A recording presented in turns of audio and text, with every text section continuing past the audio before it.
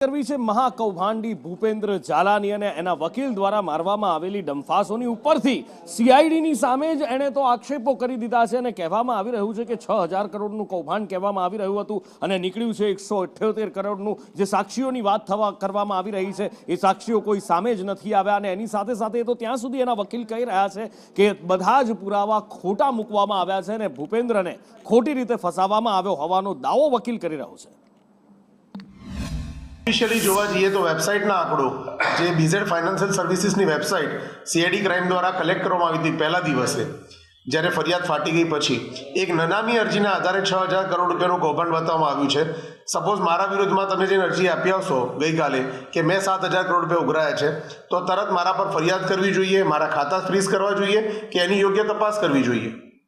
એવું કશું જ કરવામાં ના આવ્યું। યોગ્ય તપાસ કરવાની જગ્યાએ ખાતાઓ ફ્રીઝ કરી દીધા અને ખાતાઓ ફ્રીઝ કર્યા બાદ